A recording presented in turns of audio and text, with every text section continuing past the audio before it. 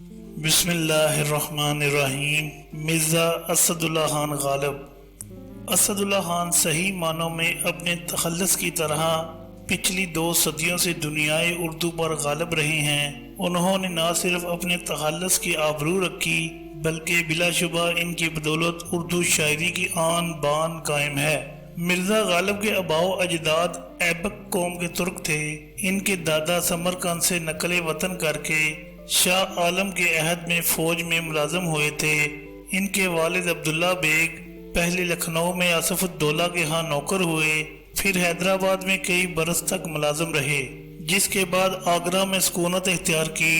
ہندوستان میں مرزا غالب کا خاندانی پیشہ سپاہ گری تھا۔ سو پشت سے ہے پیشہ عباس سپاہ گری، کچھ شاعری ہی ذریعہ عزت نہیں مجھے۔ مرزا غالب 27 دسمبر 1797 کو آگرہ میں برصغیر کے پرآشوب دور میں پیدا ہوئے، جب ہندوستان میں مغل سلطنت کا عظیم الشان محل مسمار ہو رہا تھا۔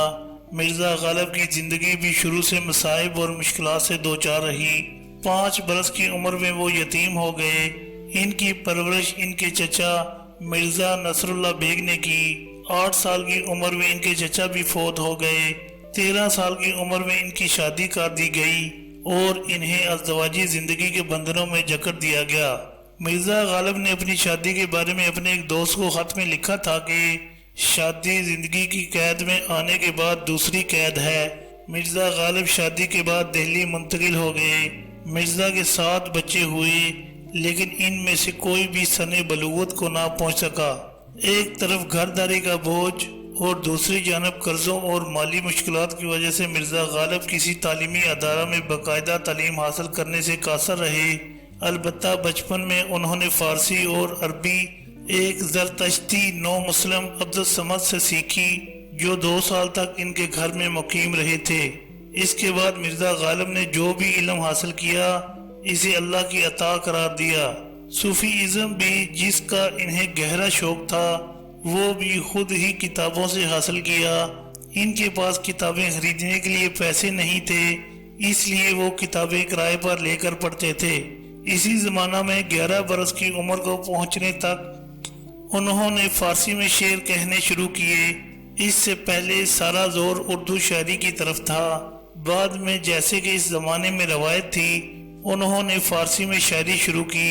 پھر انہوں نے محسوس کیا کہ عوام تک پہنچنے کے لیے انہیں اردو میں اپنا مدعا بیان کرنا ہوگا، اور اصل اردو شاعری ہی کی بدولت مرزا غالب مقبولیت کی بلندی پر پہنچے اور ان کے اشعار اور مصرے ضرب المثل بن گئے۔ اسی بنیاد پر وہ نہ صرف عوامی شاعر کہلائے بلکہ جدید اردو شاعری کے بانی قرار پائے۔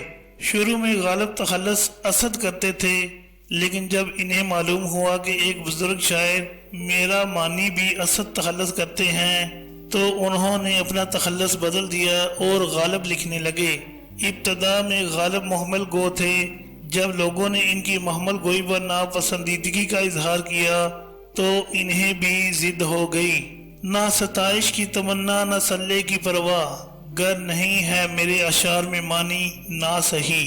1812 میں مرزا غالب دلی منتقل ہو گئے اور پھر ساری عمر یہی رہے۔ مزاج کا یہ عالم تھا کہ ہمیشہ کرائے کے مکان میں رہے، کبھی کوئی مکان نہیں خریدا۔ یہی ان کے احباب کا دائرہ وسیع ہوا اور انہوں نے محمل گوئی ترک کر دی۔ اس کے بعد ان کے کلام میں استعاروں کی ندرت، تشبیہوں کی تازگی، اشاروں کی نزاکت اور لطافت کے دروازے کھل گئے۔ آتے ہیں غیب سے یہ مضامین خیال میں، غالب سریر خامہ نوائے سروش ہے۔ مرزا غالب نہ صرف پرآشوب دور میں پیدا ہوئے جب برصغیر میں مغل دور کا چراغ گل ہو رہا تھا، بلکہ انہوں نے کم سنی ہی سے مصائب و مشکلات کا سامنا کیا۔ یہی وجہ ہے کہ انہیں راز درون حیات کا گہرا ادراک تھا، اور یہی ادراک ان کی شاعری میں نمایاں ہے، جسے انہوں نے نہایت سادگی سے بیان کیا کہ اہل علم و دانش کے ساتھ عام آدمی بھی ان سے مستفیض ہوتے ہیں۔ زندگی اپنی جب اس شکل سے گزری غالب، ہم بھی کیا یاد کریں گے کہ خدا رکھتے تھے۔ مرزا غالب کبھی نماز روزہ کے پابند نہیں رہے، لیکن اپنے مذہب اور عقیدے میں بہت پکے تھے۔ انہوں نے اپنے عقیدے اور اپنے مسلک کا اعلان یوں کیا: آزادہ روح ہوں اور میرا مسلک ہے صلح کل، ہرگز کبھی کسی سے عداوت نہیں مجھے۔ خدا کے وجود کو تسلیم کرتے ہوئے ان کا کہنا ہے: ہر چند ہر ایک شے میں تو ہے، پر تجھ سی کوئی شے نہیں۔ نہ تھا کچھ تو خدا تھا، کچھ نہ ہوتا تو خدا ہوتا، ڈبویا مجھ کو ہونے نے، نہ ہوتا میں تو کیا ہوتا۔ مرزا غالب نہایت صاف گو تھے، انہوں نے کبھی شراب نوشی نہیں چھپائی۔ صادق ہوں اپنے قول میں غالب خدا گواہ، کہتا ہوں سچ کے جھوٹ کی عادت نہیں مجھے۔ یہ مسائل تصوف پہ تیرا بیاں غالب، تجھے ہم ولی سمجھتے جو نہ بادہ خوار ہوتا۔ 1855 میں سر سید نے ابو الفضل کی تصنیف آئین اکبری پر تحقیقی ایڈیشن مکمل کیا۔ سر سید کے خیال میں مرزا غالب ان کی اس کاوش کو تعریف و توصیف کی نگاہ سے دیکھیں گے، اس لیے انہوں نے مرزا غالب سے خواہش ظاہر کی کہ وہ اس کا دیباچہ تحریر کریں۔ مرزا غالب نے تعریف و توصیف کے بجائے فارسی میں ایک مختصر سی نظم لکھ بھیجی، جس میں انہوں نے نہ صرف آئین اکبری کی لعنت ملامت کی بلکہ سر سید کی سرزنش بھی کی کہ انہوں نے آئین اکبری پر اپنا قیمتی وقت ضائع کیوں کیا۔ جن دنوں مرزا غالب سخت تنگ دستی کے عالم میں تھے، آخری مغل تاجدار بہادر شاہ ظفر نے انہیں شیخ ابراہیم ذوق کے انتقال کے بعد دربار میں مغل تاریخ نویسی کا کام سونپا۔ اس کے عوض انہیں 50 روپے ماہانہ وظیفہ ملتا تھا۔ اسی کے ساتھ بہادر شاہ ظفر نے مرزا غالب کو نجم الدولہ دبیر الملک کا خطاب عطا کیا۔ مرزا غالب کے چچا نصر اللہ بیگ برطانوی فوج میں رسالہ دار تھے۔ ان کے وارث کی حیثیت سے مرزا غالب کی پہلی جنگ آزادی تک 7 روپے ماہوار پینشن ملتی تھی۔ جنگ آزادی کی ناکامی کے بعد یہ پینشن بند ہو گئی۔ اس کی تجدید کے لیے مرزا غالب کلکتہ گئے تھے، گو وہ اس کاوش میں ناکام رہے، لیکن کلکتہ اور اس کے حسن سے شاد باد اس کی یادیں لے کر لوٹے۔ اس کے بعد مرزا غالب نے رامپور کے نواب یوسف علی خان کو مالی امداد کے لیے لکھا، جس کے جواب میں نواب رامپور نے مرزا غالب کا 100 روپے ماہانہ وظیفہ مقرر کیا، جو مرتے دم تک ملتا رہا۔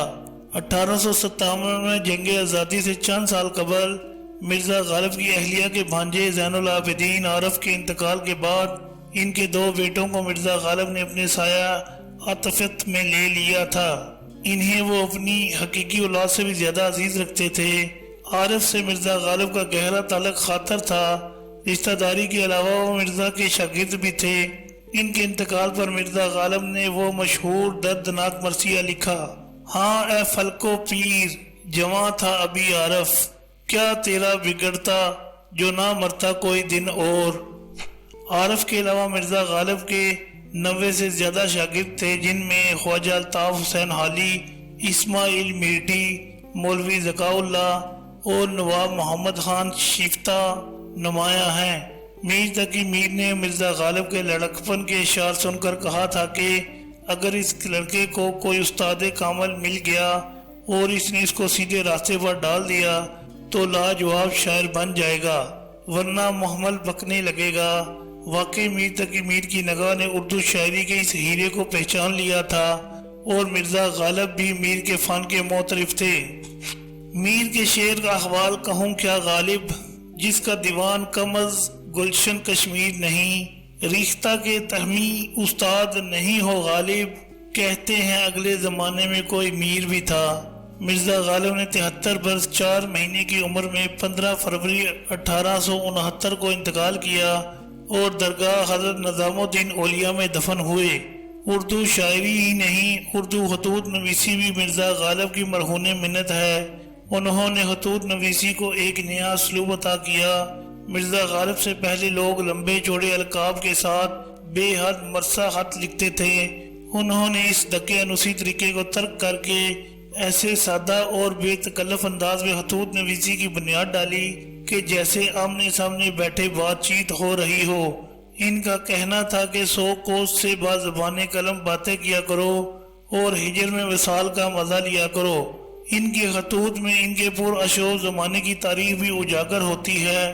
مرزا غالب کی تصنیفات میں ان کا اردو کلام دیوان غالب کے نام سے مطبع نظامی کانپور نے شائع کیا۔